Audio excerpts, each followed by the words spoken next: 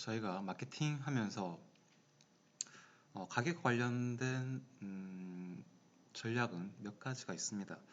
몇 가지 있는데 저희 보통 책에 보면은 간단하게 소개되어 있는 게 있어요. 그 중에서도 저는 이 손익분기점 분석을 골라서 몇 가지 있지만 그 중에서도 손익분기점 분석은 좀 알아두셔라. 그렇게 해서 손익분기점 분석만 좀 자세히 하도록 할게요.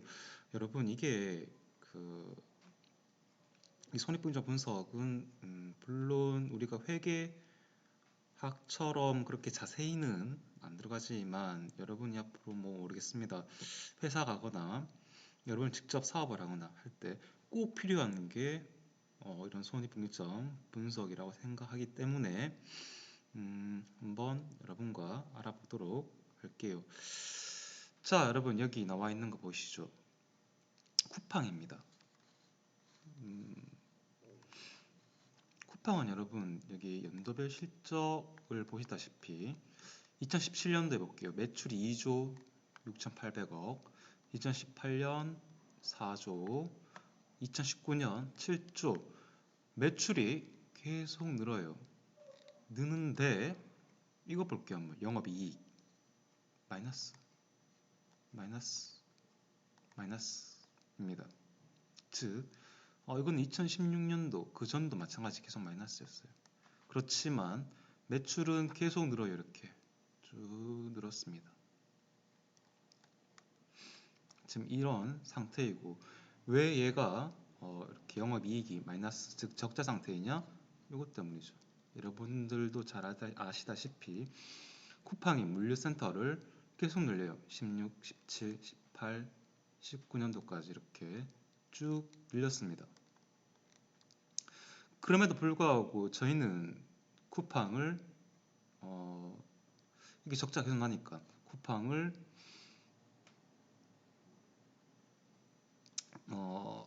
희망이 없는 회사라고 안 봐요. 희망이 없는 회사라고 안 본다. 왜? 매출이 꾸준히 늘고 있습니다. 꾸준히 늘고 있고 18년도에 비해서 19년도가 영업이익이 약간 줄었어요. 줄기도. 이게 원래는 그 시장의 예상대로라면 이게 1조가 넘어야 마이너스 1조가 넘었어야 되는데 이게 마이너스 7천 되어서 시장이 놀랐습니다. 그 정도였어요. 여러분 이게 비단 쿠팡만의 얘기 아닙니다. 우리나라에는 쿠팡이 있지만 미국에는 아마존이 있죠. 아마존도 역시 마찬가지 쿠팡의 길을 걷고 있고 아니죠. 쿠팡이 아마존의 길을 걷고 싶어 하는 거죠. 즉 이 말이에요. 그 매출이 발생합니다. 아마존이 매출이 발생하면 그대로 투자합니다. 그대로. 매출이 발생하자마자 매출이 발생하면 아마존 투자, 또 투자, 또 투자했어요. 이렇게. 그래서 아마존의 말로 하면은 고객 경험, 새로운 고객 경험을 이룰 수 있도록 투자한다 라고 하죠. 자, 이렇게 아마존이 과감히 투자 했는데 하면서 매출은 이렇게 늘고 아마존이 영업이익이 높았냐? 그렇지 않았어요. 이렇게 약간 이렇게 됐다가 지금 어느 정도 영업이익이 올라온 겁니다. 자, 근데 여기 볼게요 한번. 쿠팡은 생각이 달랐습니다. 생각이 달랐어요. 쿠팡 여기 따옴표 있죠. 이건 쿠팡 관계자의 말이에요. 한번 볼게요 한번. 2016년도의 일입니다. 2016년도 일이에요. 2016년도에 쿠팡 관계자가 말합니다. 매출 대비해서 손실 비율이 지난해보다 40% 가까이 감소해서 수익성이 크게 개선되었다. 수익성이 크게 개선되었다. 영업 이익은 계속 마이너스예요. 마이너스인데 덜 마이너스란 말입니다. 마이너스인데 덜 마이너스. 근데 요 말이 나와요, 여러분. 공헌이익이라는 말이 나와요, 여러분. 요 말. 공헌이익 또한 2016년 4분기부터 흑자 전환한 것으로 지켜졌다. 공헌이익이 흑자다. 공헌이익이 플러스란 말이에요. 이 말이 무엇일까라는 걸 잘 아셔야 됩니다. 이 컨트리뷰션 마진, 공헌이익이 흑자 전환되었구나.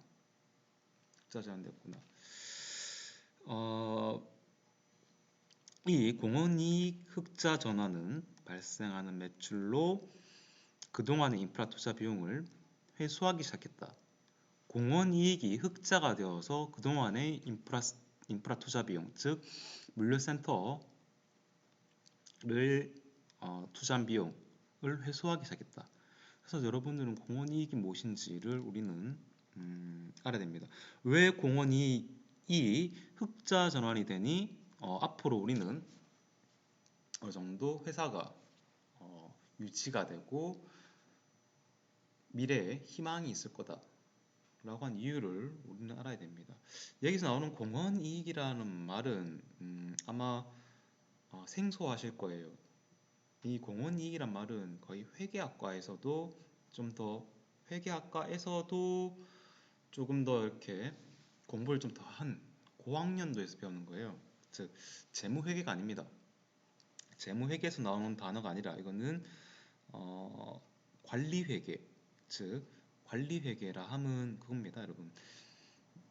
기업의 내부 의사 결정할 때 적용하는 회계예요. 그게 관리회계인데 그 관리회계에서 나오는 용어입니다. 이 공헌이익이란 말 자체가. 그래서 우리는 공헌하다,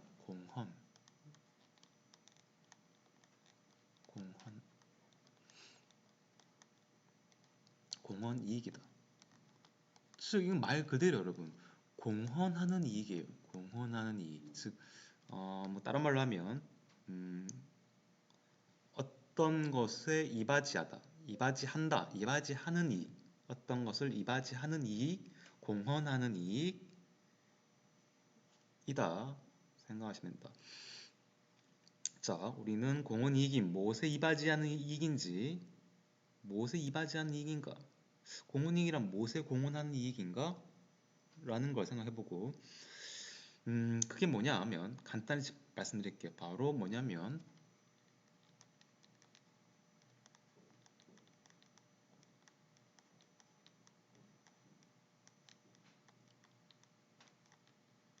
요겁니다.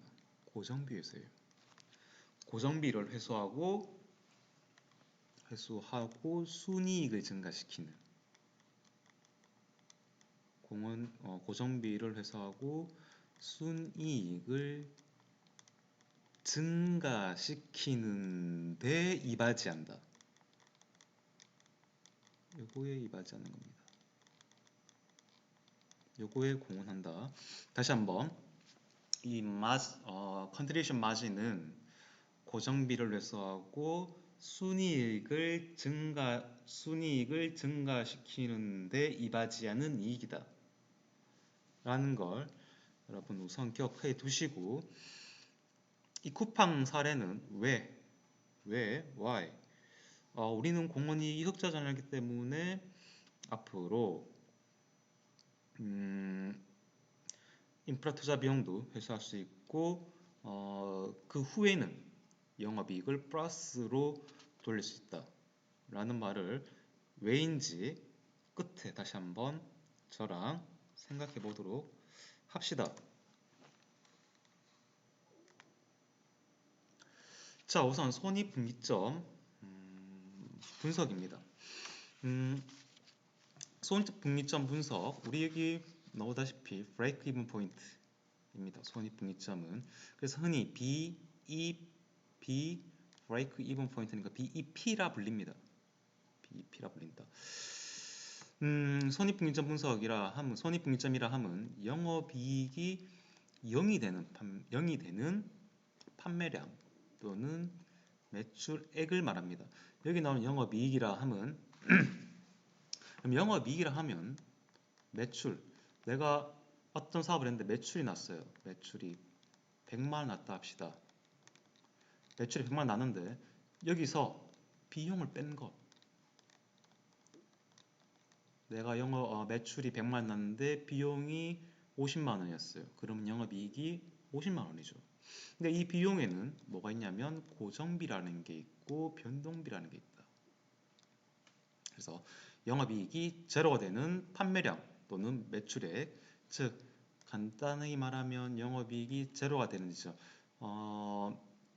영화로 칩시다. 영화로 하면 어떤 영화가 500만이 되어야지만 BEP다라는 말 쓰죠.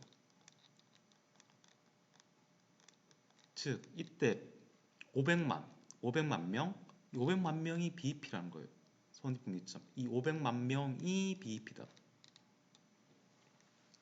그런 거죠. 500만 명이 돼야지만 그때가 본전이다. 그때가 본전인 거예요. 그 이후부터 이제 이익이 발생하는 거죠. 그 이후부터 이익이 발생하는 거다. 자, 이때 우리는 비용의 두 가지, 고정비와 변동비가 각각 무엇인지. 고정비라면 우리가 제일 간단 제일 처음 생각할 수 있는 게 바로 임차료죠. 임대료. 그리고 고정적 인건비. 또 하나는 감가상각비도 될 수 있겠죠. 고정비라면 감가상각비. 어떤 뭐 예를 들면 이런 거죠. 어떤 자동차를 사도 1년이 지나면 그 값어치를 못 하잖아요. 어떤 건물을 내가 샀다 해도 그 간단히 생각해서 여러분 컴퓨터를 샀다 해도 1년 후면 그 가격이 낮아지죠. 즉 감가상각되는 거잖아요. 그 감가상각비가 고정비에 들어가고 또 하나는 금융비용입니다. 이자 비용과 같은 금융비용. 자, 이런 같은 생산량에 따라 변동하지 않는 원가. 생산량이 빵이 되어도 나가는 비용. 고정비죠. 빵이 되어도 나가는 비용이 고정비들. 자, 변동비는 재료의 원가, 그리고 직접 노무 원가, 생산용 동력비. 자, 이거 볼게요 한번. 커피라 칩시다 여러분. 커피. 요거는 변동비는 생산량에 비례해서 발생합니다. 이렇게 비례해서 발생해. 커피가 한 잔씩 더 팔려요. 이렇게. 커피가 생산량이 이렇게 늘어나요. 한 잔씩 한 잔씩 더 팔린답시다. 한 잔씩 팔 때마다 뭐 원두가 더 들어갈 수도 있고, 그렇죠? 우유가 더 들어갈 수도 있고 그런 거잖아요. 만약에 너무 장사가 잘 돼요. 이 커피숍이 그러면 아르바이트를 더 써야 되잖아요. 그래서 직접 노무원가가 더 들어가는 거고. 또 하나 물이 들어가잖아요. 이 커피 한 잔 만드는 마다 물도 들어가고 전기도 더 들어가고 그러니까 생산 동력비가 더 들어가겠죠. 그래서 생산량에 비례해서 발생한 원가를 우리는 변동비란다. 그래서 여러분은 고정비 변동비는 고정비라 하면 생산량에 관계없이 들어가는 비용, 변동비는 생산량에 비례해서 들어가는 비용이라 생각하시면 될 것 같아요. 자, 이걸 우리가 예를 우선은 이거부터 보고 갑시다. 자, 매출액이 늘어납니다. 여기 일로 갈수록 매출액이 늘어나요. 자, 요거는 볼게요 한번. 여기 매출액선입니다. 매출액이 쭉 늘어난다 합시다. 이렇게 매출액이 쭉 늘어난다 합시다. 요거 매출액, 요거 매출액, 그리고 비용, 요거는 비용입니다. 비용이에요. 자, 여러분 제가 말씀드렸죠. 여기 고정적으로 들어가는 비용이 있다. 이거는 생산량에 관계없이 들어가는 비용, 고정비가 있죠. 이렇게. 그런데 여기 있죠. 고정비. 그런데 생산량에 비례해서 들어가는 비용, 변동비가 있다 그랬다. 이렇게 되죠. 비례해서 올라가잖아요. 이렇게. 비례해서 쭉 올라가잖아요. 이렇게. 이게 변동비, 이게 고정비죠.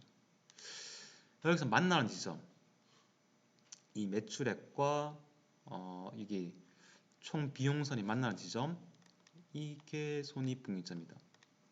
그러니까 요 선, 요 점이 바로 되어야지만 요 매출액이 되어야지만 본전이다 이 말이에요. 여기 넘어서면은 그때부터 이익 나와있죠. 여기 이익이라고. 이때부터 이익이에요. 이렇게 이익이죠. 이렇게 이익, 이렇게 이익, 이렇게 이익, 이렇게 이익, 이렇게 이익, 이렇게 이익이 되는 거다. 자, 그때 손익분기점에서의 매출액이 바로 여기입니다. 손익분기점에서의 매출액이 얼마인가? 가 요 말이에요. 자, 뒤편. 자, 총 수익입니다. total revenue라고 하죠. total revenue. 자, 이 총 변동비가 있고 총 고정비가 있어요. 자, 제가 아까 공헌이익 말씀드렸어요. 여기 contribution margin. contribution margin. 이 contribution margin은 뭐다? 고정비를 회수하고 만약에 이익이 있다면 이익을 발생시키고 늘리는데 공헌하는. 자, 두 가지 공헌이익이라 하면 두 가지 고정비, 영업이익. 고정비, 영업이익. 만약 영업이익이 플러스라면 이 두 가지에 이바지한다. 이 공헌이익이 라고 생각하시면 돼요. 다시 한번 공헌이익은 고정비와 영업이익에 이바지하는 이익이다. 컨트리뷰션 마진이다.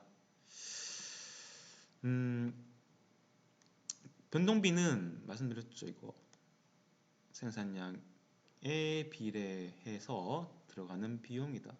그래서 비용은 변동비와 고정비잖아요. 비용은 변동비와 고정비다. 그래서 변동비, 고정비 합한 걸 우리는 토탈 코스트, 총 비용이라 하죠.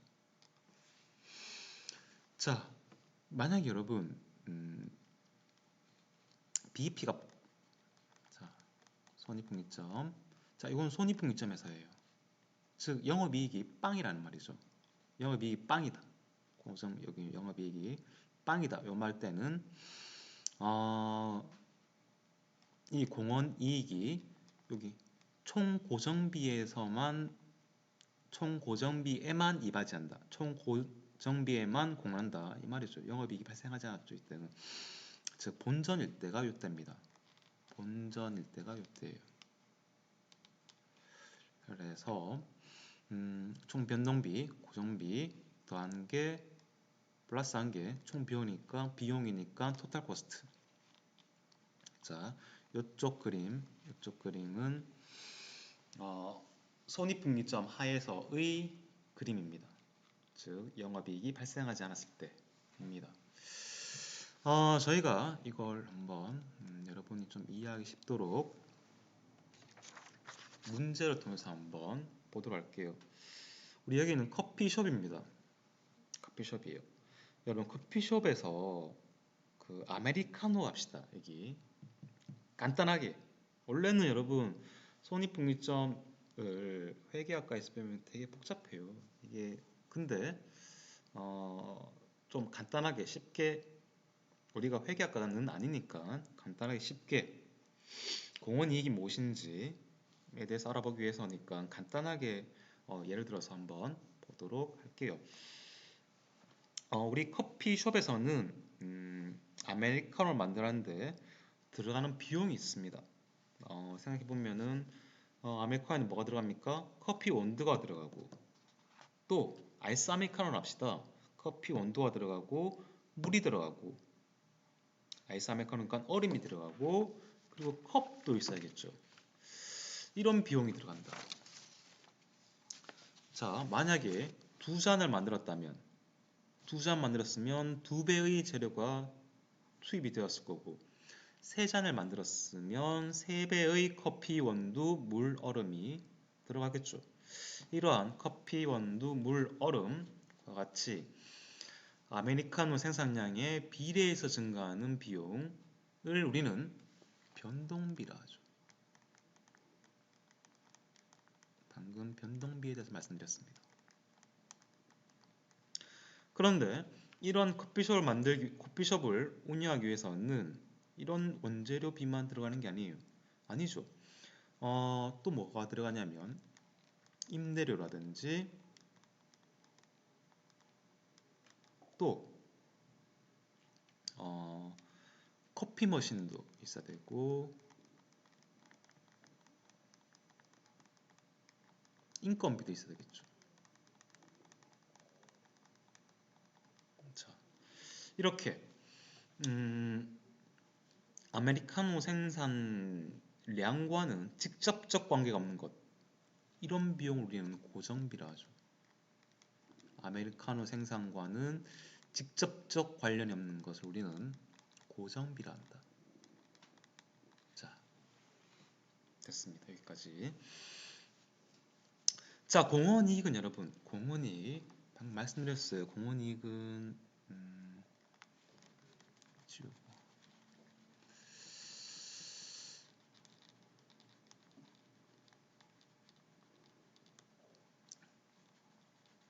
공헌이익은 제품의 판매 가격, 공헌이익은 판매 가격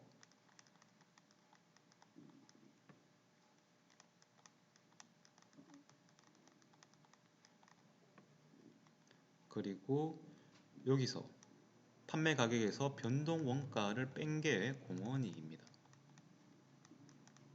근데 여러분, 이 문제 있잖아, 이 문제. 제가 말 안 해도 여러분 중에 이런 거 몰라도 푸시는 분 계세요.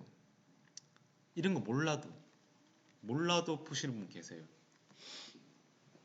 이게 뭐랄까요? 이쪽으로 좀 빠르신 분이 있더라고. 빠르신 분. 이거 몰라도 풀어요. 이거 몰라도 그냥 직관적으로 아메리카노 3,000원이니까 한 잔 팔 때마다 얼마가 드냐? 1,000원이 드는구나. 한 잔 팔 때마다 1,000원이 드는구나. 한 잔 팔 때마다 1,000원 드니까 한 잔 팔 때마다 1,000원이 드니까 요거는 변동비라 하면 아메리카노를 한 잔 생산할 때마다의 비용이 변동비라 했네. 그러면 한 잔 팔면 얼마 남아? 2,000원 남는구나. 이게 이거 개념 몰라도 보시는 분 있더라고요. 이게 빠른 분, 그런 분은 제가 장사해 보는 게 좋겠다. 셈이 빠르구나. 장사하거나 혹은 회사 가서 재무 파트 맡으면 잘하겠다 라는 생각이 들더라고요. 자, 맞죠? 한 잔 가격이 3,000원에 파는데 변동비가 아까 이 말 들었죠? 아메리카 한 잔 만들 때, 한 잔당 만들 때의 비용이 변동비라고 그랬네? 그럼 한 잔 팔면 2,000원 남네? 이게 공헌이익이죠. 이게 공헌이익이에요, 이게. 이게 공헌이익이에요, 이게.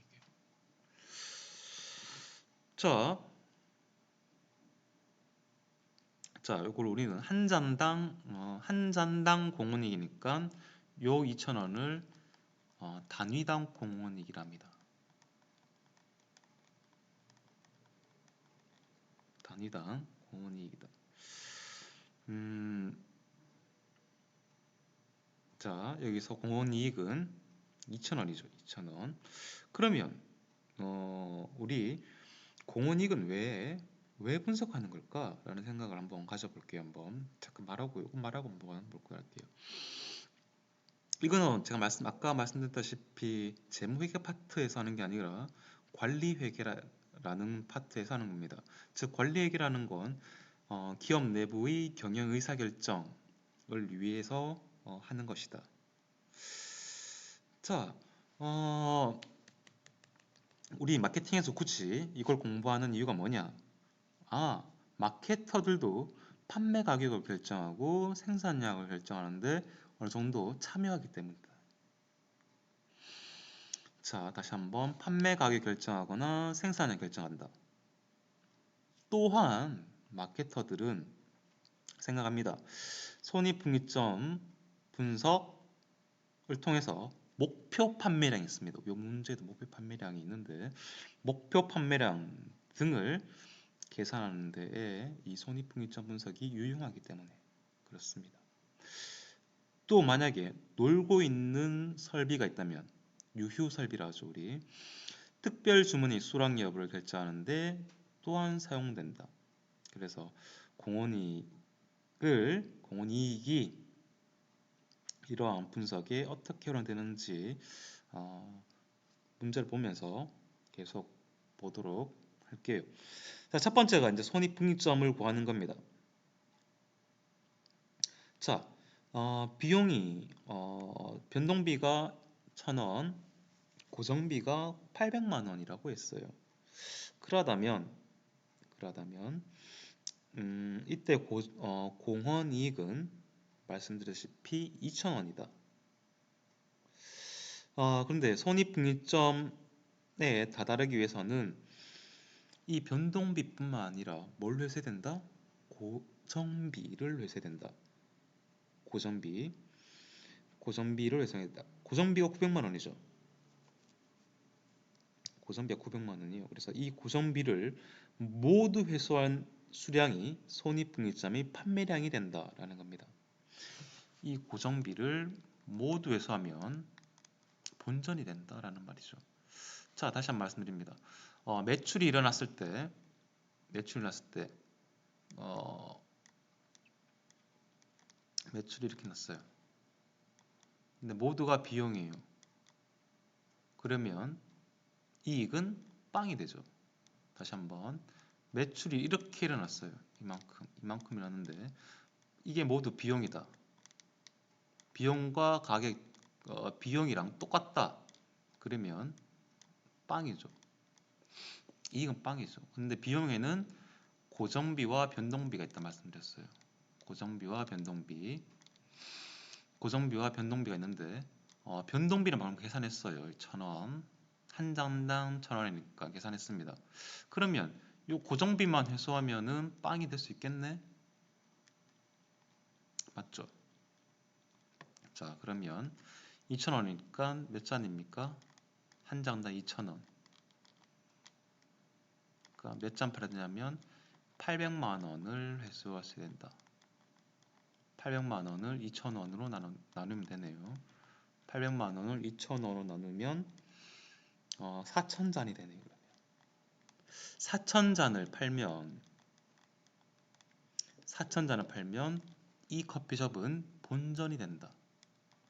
4,000잔을 팔면 본전이 된다라는 말이죠. 자, 그 다음 이제 목표 판매량입니다.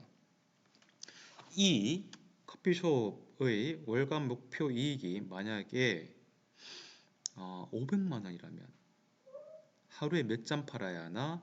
라는 겁니다. 한 달에 25일 일한다 합시다.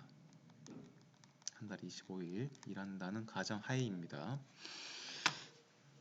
자, 목표이익이 500만 원이에요. 한 잔 팔면 2,000원 이익이죠.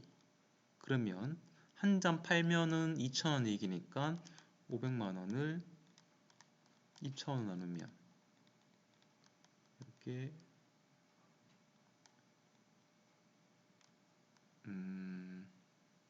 2,500잔입니까? 이렇게 되죠. 그런데 요거는 이런 거죠. 이렇게 돼서 이렇게 되고, 자, 고정비, 여기 고정비, 여기가 이렇게 할까요? 여기 고정비, 여기가 변동비입니다. 여기 매출액이죠. 요 매출액의 요 부분, 여기까지가 고정비, 여기까지가 변동비 이렇게 합시다. 요 부분이 500만 원 만들게 되자 이 말이잖아요. 여기까지 500만 원. 이 말이죠. 아까 우리 그림 봤던 거 생각해 보세요, 한번. 그러다면 500만 원 이익 들려면은 2,500잔에 더하기 손익분기점만큼 또 팔아야 되잖아요. 그만큼. 우선은 손익분기점 영업이익이 제로였을 때, 영업이익이 제로였을 때 4,000잔이죠. 4,000잔에 2,500잔을 더 팔아야지만 목표이익이 500만 원이다. 4,000잔 팔면은 본전인데 이 본전에 2,500잔 더 팔아야지만 500만 원을 더 벌 수 있다 이 말이죠. 그래서 6,500잔이다. 요걸 25로 나누면 6,500잔을 25로 나누면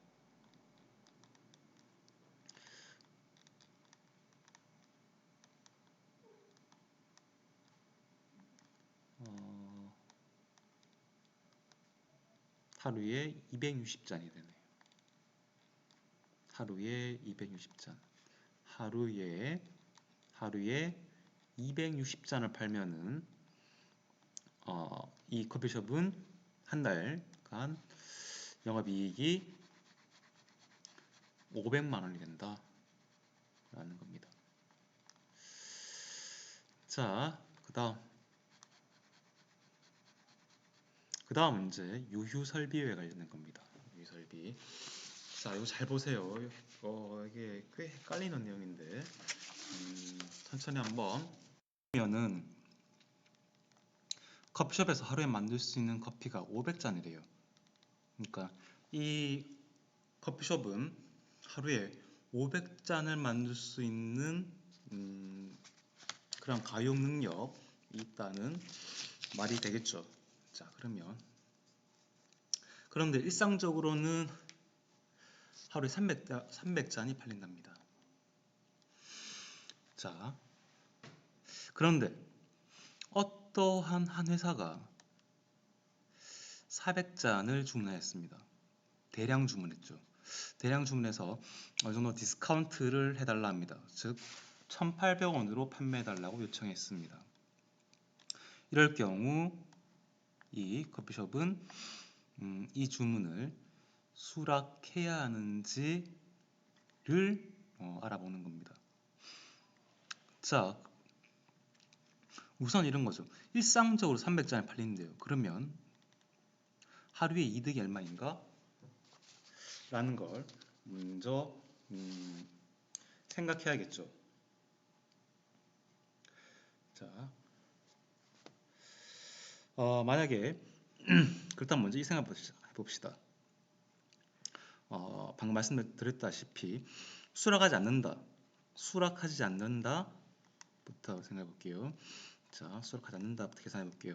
그러면 하루에 300잔을 팔리니까 우리 공원이익이 2,000원이죠. 요거에 300잔.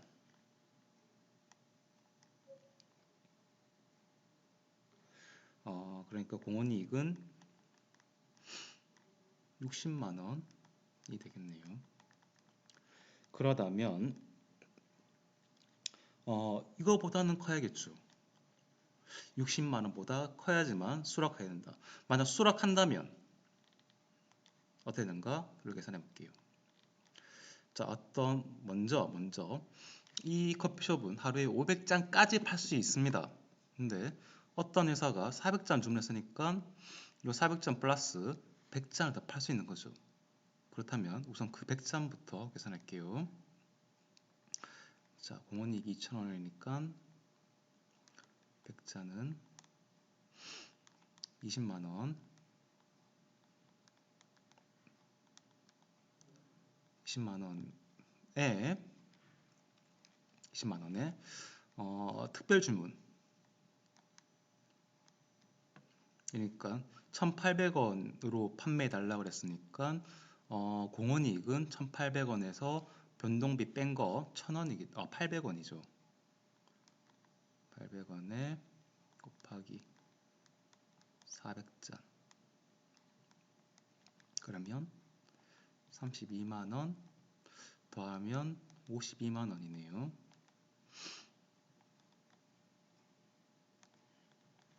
즉 이때는 수락하지 않아야 한다.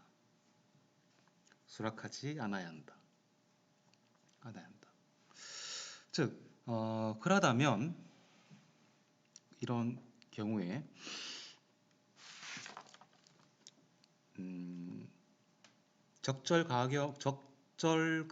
적절한 가격은 얼마인가라는 겁니다. 즉 최저 가격, 최소한 특별 주문을 얼마로 받아야 되냐라는 겁니다. 수락하지 않으면은 위에서 봤다시피 하루에 60만 원 그냥 나와요. 이 커피숍은 하루에 60만 원 벌 수 있는데 특별 주문이 있다. 자, 그러다면 특별 주문 400잔이니까 100잔은 이 공원이익이 20만 원인 걸 받습니다. 위에서. 자, 나머지 400잔으로도 40만 원보다는 많이 벌어야 되잖아요. 원래 60만 원이니까. 가만히 있어 60만 버니까 40만 원보다는 더 크게 벌어야 된다. 즉 40만 원이 되려면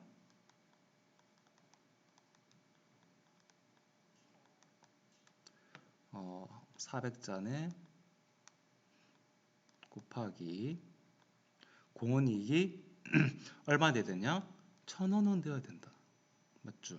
그래서 40만 되지 않습니까? 여기 1,000원은 돼야지만 여기 40만 되니까 1,000원보다는 큰 가격, 최소한 1,100원, 공원이익이 1,100원이 돼야 된다. 1,050원, 1,100원, 1,000원보다는 좀 커야 되겠죠. 1,000원이면 본전, 1,000원보다는 커야 된다. 즉 얼마보다 커야 되냐 하면 공원이익이 1,000원이니까 변동비를 더해서 하면 가격을 얼마로 불러야 된다? 2,000원보다는 크게 불러야 된다. 즉 2,050원, 2,100원 이렇게 2,000원보다는 커야 된다 라는 거예요. 여러분, 자, 여기까지가 정도의 공원이익에 관련된 겁니다. 자, 여기서 이제 쿠팡 얘기 좀 해볼까요? 앞에서 우리 아니야, 앞에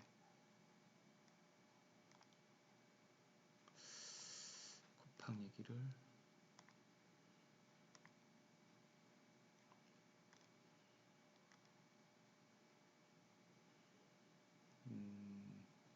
쿠팡 얘기를 여기다 쓸게요. 쿠팡 얘기다 쓰겠습니다. 자, 우리까지 지금까지 이제 공원이익에 대해서 살펴봤어요. 우리 쿠팡을 보자면 공원이익이 쿠팡 관계자 아까 말 우리 봤었죠. 공원이익이 흑자로 간다라는 말 썼어요. 공원이익이 흑자다. 공원이익이 흑자다라는 말 썼고 이걸 보면서 봅시다. 즉, 이 공원이익이 흑자다라는 말 썼어요. 자, 그 말이 무엇인지 볼게요. 한번. 공원이익이 4분 흑자로 도졌다. 자, 이 시기부터는 그러면 판매 가격이 잘 들어보세요 한번.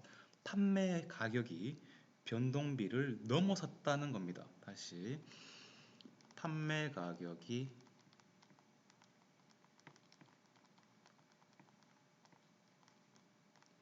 변동비를 넘어섰다는 거예요. 즉 아까 우리 공원이익은 판매 가격에서 변동비 뺀 거라 그랬죠. 앞에서 했잖아, 우리 뒤에서 했잖아, 앞에서 했지 않습니까? 판매 가격에서 변동비 뺀 게 공원이익이었어요. 그러면 판매 가격이 더 크다는 겁니다. 그래야지만 여기 플러스 되잖아요, 이게. 자, 다시 한번. 공원이익은 판매 가격 빼기 변동비인데 이게 흑자 전환했다라는 함은 판매 가격이 변동비보다 커져간다, 넘어섰다 이 말. 즉 이 말은 상품의 원가보다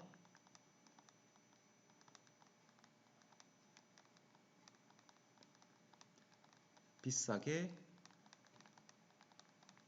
팔기 시작했다는 거예요. 이제부터 여러분 아시다시피 그 쿠팡이 되게 가격을 낮게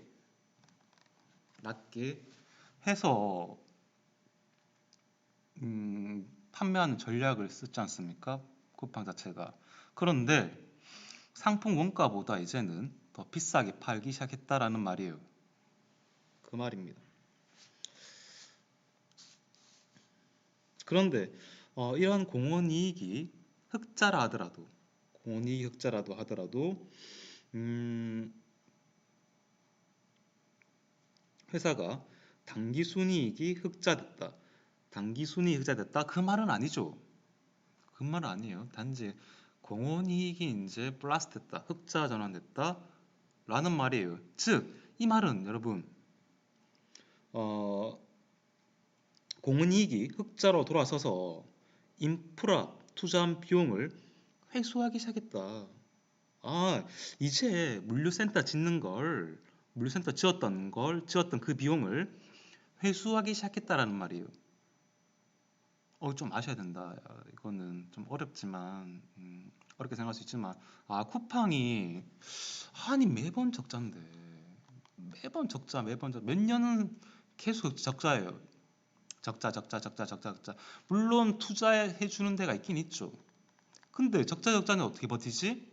아, 매출이 계속 늘어나고 매출 늘어나는 걸 우리 내부로 보자면 이걸 투자하죠. 매출 늘어난 걸 계속 투자. 물류센터 짓고 뭐 하면 투자. 또 쿠팡맨 아시잖아요. 계속 인력 보충, 물류센터 짓고 인력 보충하고 계속 이러는 겁니다. 그러면서 공원이익 역시 마찬가지 플러스로 돌아섰다. 판매 가격이 변동비를 넘어섰구나. 즉 예전에는 원가보다 싸게 팔았지만 이제는 원가보다 비싸게 팔기 시작했구나. 여기서 말하는 변동비는 여러분 그 생각하시면 돼요. 변동비? 즉 어떤 쿠팡에서 시켰을 때, 쿠팡에 주문했을 때 하나 주문할 때마다의 그 가격, 하나 주문할 때마다 늘어나는 가격, 이 변동비잖아요. 그게 점점 더 줄어든다. 그렇게 생각하세요. 변동비가 점점 줄어드는구나 라는 생각 가지시면 돼요.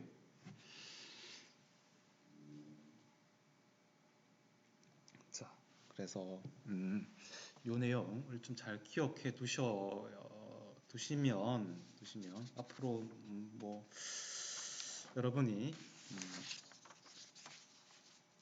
장사하거나 아니면 회사 취직해서 이쪽 관련 부서 들어가면 어느 정도 이해가 쉬울 것이다. 몇 가지 말만 더 말씀드리자면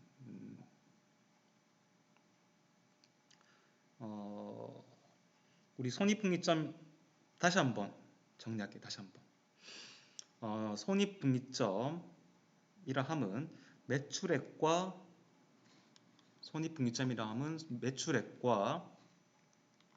총비용이 같은 지점, 매출액과 총비용이 같은 요 지점, 이게 손익분기점이다. 요 매출액과 비용이 같은 곳이 손익분기점이다. 매출액이라 함은 얼마에 판매했는지 곱하기 판매량이 매출액이죠. 총 비용은 뭐였습니까? 변동비 플러스 고정비다. 변동비가 뭐냐? 요거는 매출량 곱하기 단위당 변동비.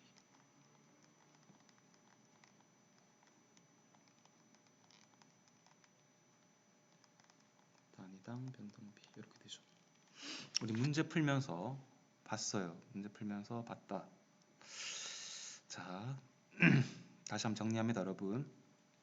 쿠팡 관계자가 회사의 미래는 아직까지 장밋빛이에요, 괜찮아요 라 하는 말은 공원이익이 플러스로 돌아섰다. 그리고 공원이익이 계속 플러스가 흑자가 될 것이다. 이 공원이익이라 하면 이게 영업이익은 아니에요. 그 당기순이익은 아니다. 이게 당기순이익은 아니죠. 공원이익 자체는. 공원이익은 판매 가격 빼기 변동비인데 판매 가격에서 변동비 뺀 거예요. 그러니까 하나 팔 때마다 남는 금액, 하나 팔 때마다 남는 금액인데 그 전에는 이 변동비가 더 커서 하나 팔 때마다 마이너스였어요. 팔 때마다 마이너스. 팔 때마다. 파는 쪽쪽 마이너스예요. 왜? 변동비가 많이 들어서.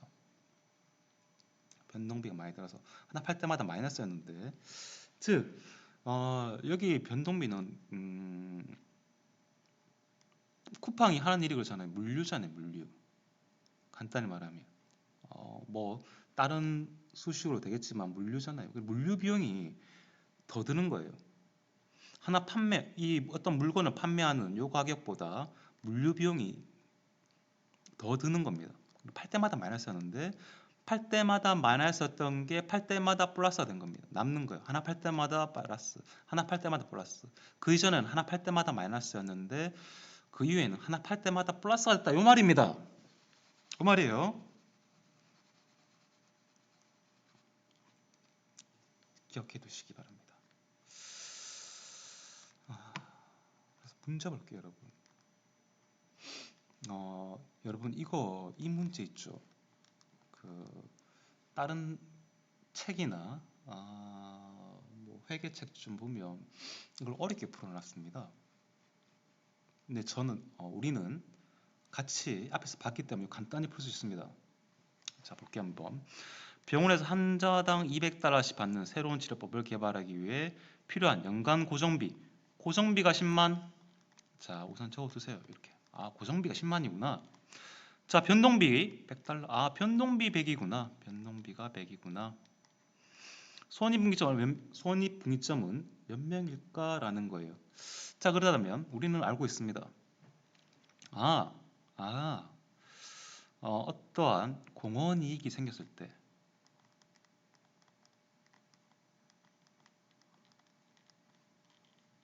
이게 고정비를 커버한다면, 이 10만 달러를 커버한다면 요 지점이 손익분기점 지점이구나라는 거 우리 앞에서 했어요. 공원이익이 얼마냐? 환자는 200달러를 받으니까 200달러 받는데 이거 판매 가격이죠. 근데 변동비가 환자 한 명당 얼마? 100달러구나. 그러다면 공원이익은 100달러다. 자, 100달러입니다. 그러면 몇 명? 환자가 몇 명이어야지만 손익분기점인가? 여기 나와있죠. 몇 명이어야지만. 자, 10만 달러니까 환자 한 명당 100달러가 남네요. 1, 10, 100, 1000, 만, 10만. 환자 한 명당 100달러니까 100. 이렇게 가면 몇 명? 1000명. 여러분 이걸 우리 방금 이렇게 했는데 이걸 다른 책에서 보면은 좀 어렵게 설명해 놨어요. 그래서 우리 앞에서 봤기 때문에 간단하게 이렇게 볼 수 있습니다. 자, 우리 공원이익이라 하면 말씀드렸죠. 뭐에 이바지한다? 고정비 회수에 이바지하고 영업이익 획득하는 데 이바지한다. 그래서 어떻게 구하냐? 매출액에서 변동비를 뺀다. 즉 판매 비용에서 변동비를 뺀다. 뭐 어렵게 적어놨는데 그 말이에요. 그냥 판매비에서 그걸 우리 판매비를 단가로 하죠. 단가에서 변동비를 뺀 것을 우리는 공원이, 만약에 우리는 한 개당 했는데 여러 개라면 이거 곱하기 판매량 하면 되잖아요. 그럼 공원이익이 된다. 자, 단위당 공원이익은 제조업에 있어서 단위당 공원이익은 생산, 판매한 제품 한 단위가 고정 원가를 해서 하고 고정비로 해서 하고, 우리 두 가지 기억해 두시자 그랬잖아요. 공원이익은 뭐에 이바지한다? 고정비와 영업이익에 이바지한다. 그런데 고정비에만 이바지한다? 그때가 무슨 지점? BEP 지점이다. 그 말씀을 계속 드렸습니다. 마찬가지 말이에요. 판매 가격에서 단위당 판매 가격에서 단위당 변동 비용 뺀 걸 우리는 공원이익이란다 말씀드렸죠. 자, 공원이익률은 매출액에 대한 공원이익의 비율이다. 매출액에서 공원이익이 차지하는 비율이다. 뭐 간단하죠. 매출액이 이만큼 있는데 자, 짝짝 나누고 요거 변동, 요거 고정, 요거 영업이익, 영익, 요게 여기서 여기까지가 우리 공원이익이라고 그랬죠. 요건 매출액, 즉 매출액이 100이라 칩시다. 100만원 칩시다. 근데 요게 50만원이에요. 그러면 공원이익률은 몇 프로? 100분의 50이니까 50%. 만약에 70이다. 요 부분이 70이다. 만약에 그러면 100분의 70이니까 70%. 즉 여러분 이거는 많으면 좋은 거예요? 적으면 좋은 거예요? 공원이익률이 많으면 좋은 걸까요? 적으면 좋은 걸까요? 많으면 좋겠죠. 왜? 여기 영업이익이 있잖아. 영업이익이. 어떤 한 해에 이게 70이었다가 그 다음 해에 80이 되면 좋은 거죠. 왜? 영업이익이 더 늘었을 가능성이 많으니까. 보시다시피 이거 다른 책에서 보면은 이렇게 나와요. 이렇게 좀 이런 그 수식이 있는데 수식을 굳이 외울 필요 없이 우리는 간단하게 살펴보면 됩니다.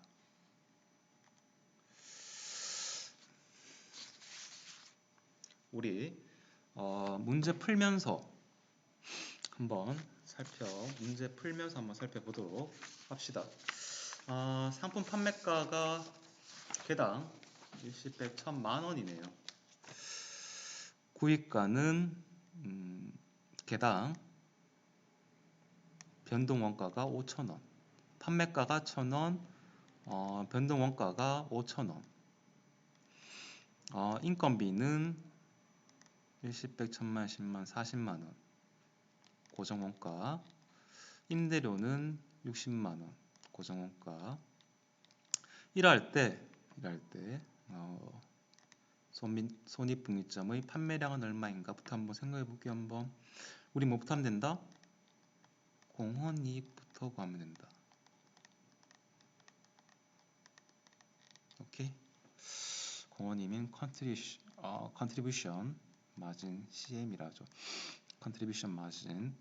이 contribution margin이 얼마예요? 여기서 판매가가 1,000원이고 변동가가 5,000원이니까 한 개 팔 때 얼마 남는다? 5,000원 남네. 하나 팔면 5,000원 남는다. 자, 이럴 때 고정비가 얼마인가?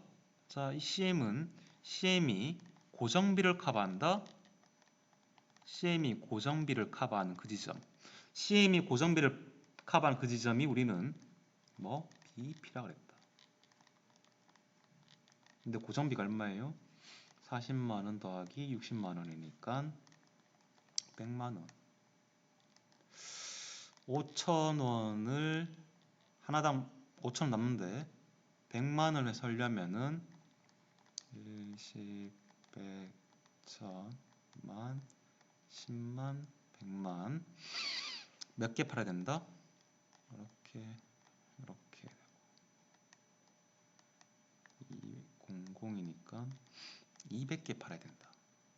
200개 팔면은 손익분기점 판매량이 되고 본전이 된다. 그 말이죠. 자, 그럴 때 공헌이익률은 얼마인가? 매출액에서 차지하는 공헌이익의 비율. 이걸 구하면 매출액분의 공헌이익을 해줘. 매출액분의 공헌이익. 근데 여기서 몇 개 팔렸는지에 대해서는 말 안 했어요. 말 안 하죠. 근데 구할 수 있습니다. 하나당 10,000만원이고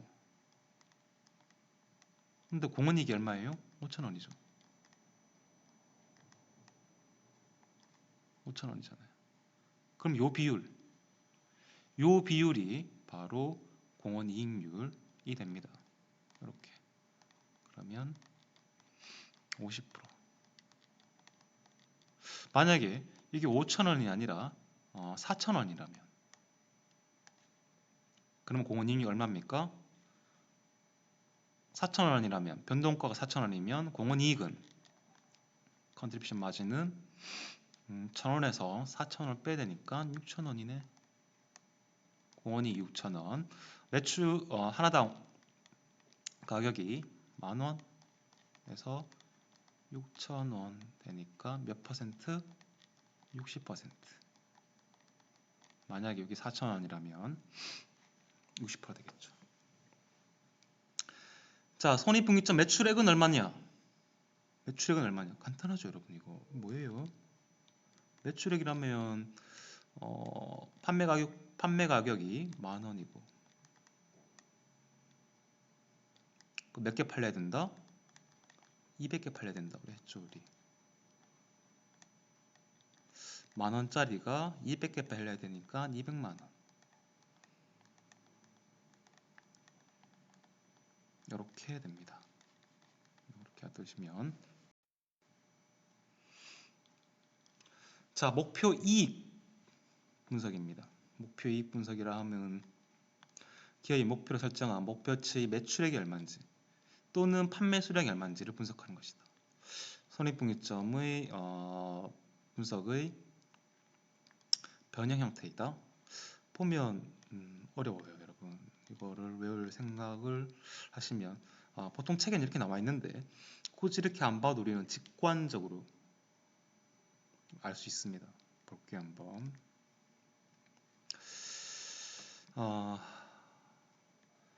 계획 목표를 달성하기 위해서 월 목표이익이 일시백, 천만, 일시백, 천만, 10만, 50만 원이에요. 그럴 때 어느 정도 매출을 해야 하나? 라는 게 문제네요. 자, 우리는 제일 먼저 뭘 구해야 된다? CM, Contribution Margin, 공원이익을 구해야 된다. 공원이익은 상품 판매가가 10,000원이고 그 변동원가가 5,000원이니까 5,000원 빼면 하나 팔면 얼마 남는다?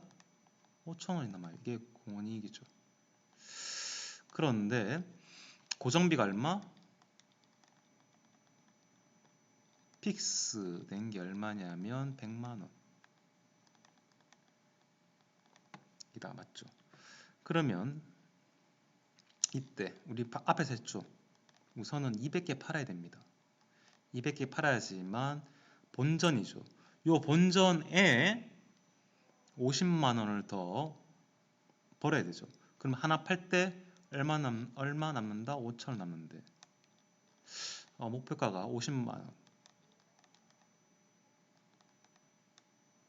그럼 몇 개 팔아야 됩니까? 100개 팔아야 되네. 그럼 총 몇 개 팔아야 됩니까? 200개 팔면 본전, 100개 더 팔면 목표이익 50만원 채우죠. 총 300개를 팔아야 되는구나. 곱하기 매출이니까 하나당 얼마? 하나당 10,000원. 그래서 답은 300만원.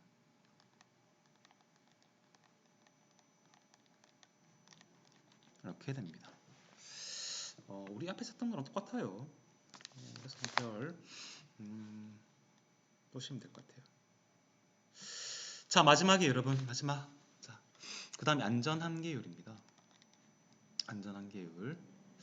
안전한계율, 안전이익이라 함은 실제 또는 예산 매출액이 손익분기점 매출액을 초과하는 금액. 다시, 안전이익이라 함은 실제 또는 예산 매출액이 손익분기점의 매출액을 초과하는 금액을 우리 안전이익이란다. 안전이익은 현재 상황에서 손실을 보지 않으면서 허용 가능한 최대 매출액 감소액을 나타냅니다. 안전 한계율은 높으면 높을수록 좋다. 안전 한계율은 높으면 높을수록 좋고 손익분기점률은 낮으면 낮을수록 좋다. 이 말이 무엇인지 보도록 할게요. 간단히 여러분, 이게 보니까 이거 이렇게 써여 있고 이 말이 있고 하니까 어렵게 느껴지는데 하나도 안 어려워요. 자, 영화 찍기 영화. 어떤 영화가 있어요. 근데 그 영화는 200만이 BEP예요. 그러니까 200만이 들어야지만 본전인 거예요. 오케이? 그런데 이 영화가 300만이 들었습니다. 300만이 들었어요. 그럴 때 200만이 들어야지만 본전인데 실제로는 300만이 들었다 이 말이에요. 그러다면 요 차이가 얼마입니까? 100만 명이잖아요. BEP보다 100만 명이 더 들었단 말이죠. 그러면 300만이 들고 분의 100만, 이 300만 명 든 게 곧 매출액이지 않습니까? 그 다음 100만 명, 요 3분의 1. 그럼 요게 뭘까? 이게 뭐예요 여러분? 이게 안전한계율입니까? 아니면 손익분기점율입니까? 좀 헷갈리신다면 제가 다시 또 하나 더 해볼게요. 같이 200만이에요. 같이 BEP가 200만이라 칩시다. 이 영화가 300만이 아니라 몇 만이랄까요? 1000만 명 들었다 칩시다. 1000만 명. 그러다면 요 부분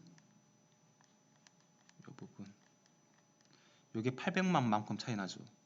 근데 1000만이 들었으니까 요거 800만 요거 계산하면은 5분의 4네요. 5분의 4. 즉 얘가 더 크죠. 안전한계율은 높으면 높을수록 좋아요 여러분. 안전한계율은 당연한 거 아닙니까?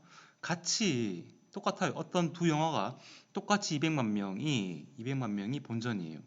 근데 어떤 영화는 100만이 들고 어떤 영화는 1000만이 들었어요. 이게 훨씬 좋죠.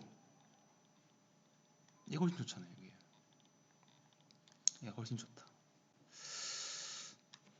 점유율을 볼게요. 그러면 손익분기점률 요거에 의해서 손익분기점률 볼게요. 자, 200만입니다. 200만이 손익분기점률이에요. 어떤 영화인데 근데 지금 현재 300만이에요. 지금 현재 300만. 그러다면 이때 손익분기점률은 얼마인가?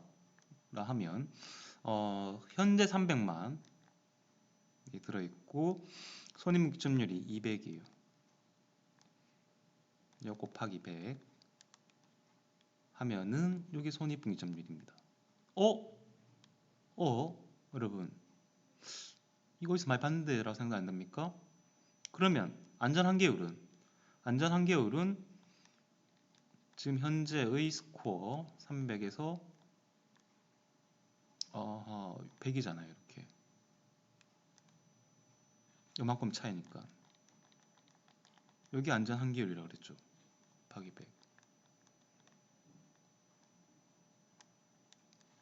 즉 요거 더하면 100%입니다. 요거 두 개 더하면 100%가 되겠죠, 여러분. 더하면 100%가 돼요. 맞죠? 더하면 100%가 됩니다. 그렇게 생각하시면 돼요. 다른 예를 또 들어볼게요. 한번 계속 예를 들어볼게요. 한번 얘기 들어볼게요. 예. 자, 200만입니다. BEP가 200만원인데 1000만이 들었어요. 그러면 손익분기점률은 얼마인가? 라는 겁니다. 즉, 현재 매출액이 1000만이고 200만이 돼야지만 손익 분기 가 되는구나 라고 했을 때 이렇게 하면은 이거는 5분의 1이네요. 물론 곱하기 100 해야 돼요, 여러분. 퍼센테이지니까. 또 아까 구했죠. 아까 요거의 안전 한계를 구했어요. 5분의 4였죠. 물론 곱하기 100 해야 되죠. 퍼센테이지니까. 자, 마찬가지죠. 더하면은 100이죠. 더하면 100이다. 다시 말하지만 안전 한계율은 높으면 높을수록 좋다. 안전 한계율은. 즉 그만큼의 이익이 더 많이 발생했다 라는 그 말입니다. 여기서 보다시피 그 말이죠. 그 말이다. 이걸로 기억해 두시면 안전 한계율, 손익분기점률. 아, 요 두 개 더하면은 100%구나. 100%구나. 그럴 수밖에 없어요, 또. 한번 같이 보실 때 같이 한번 이렇게 써보시면 좋을 것 같아요. 하여튼 문제입니다. 문제예요. 자, 손익분기 판매량이 200개예요. 현재 300개예요. 여러분, 이거 보시다시피 공식 보세요. 공식은 현재 매출액을 알아야 되고 손익분기점 알아야 되고 매출액을 알아야 되고 손익분기점 알아야 된다. 매출액 모르잖아요. 여기서 가격을 모르니까. 매출액을 몰라요. 가격 모르니까. 근데 우리 풀 수 있습니다. 왜? 우리 영화 한 거랑 똑같아요. 현재 300개. 현재 300 현재 영화 관객이 300만이 들어오구나. 그러니까 200만 명이 본전인데 200만 명이 들어야지 본전인데 즉 BEP인데 지금 현재 300만이 들어오고 있구나. 자, 200만 명이 손익분기점인데 300만 명이 들고 있구나. 이만큼의 이익이 있구나 라는 거죠. 이만큼의 이익이 있구나. 요 이익 100. 요게 안전 한계율이죠. 즉 3분의 1 곱하기 100이 되겠고 손익분기점률은 현재 300일 때 손익분기점일 때는 200이 손익분기점이니까 이렇게 돼서 3분의 2 곱하기 100 이렇게 됩니다. 이거 더하면은 100%. 이거 두 개 더하면은 100% 된다. 자, 여기까지가 여러분 손익분기점 분석입니다. 어떻게 보면은 어려울 수도 있고 어떻게 보면은 쉬울 수도 있습니다. 그런데 여러분 잘 이해를 하시고 앞으로 여러분이 가다 보면은 꼭 이런 직관적인 부분이 필요할 때가 있을 것이다. 그래서 잘 이해하시고 내가 장사를 하든 뭘 하든 어떠한 셈이 필요한지를 잘 이해하실 수 있으려면 좀 잘 이해하셔야 될 것 같다라는 것입니다. 자, 손익분기점 분석 여기까지 하도록 할게요.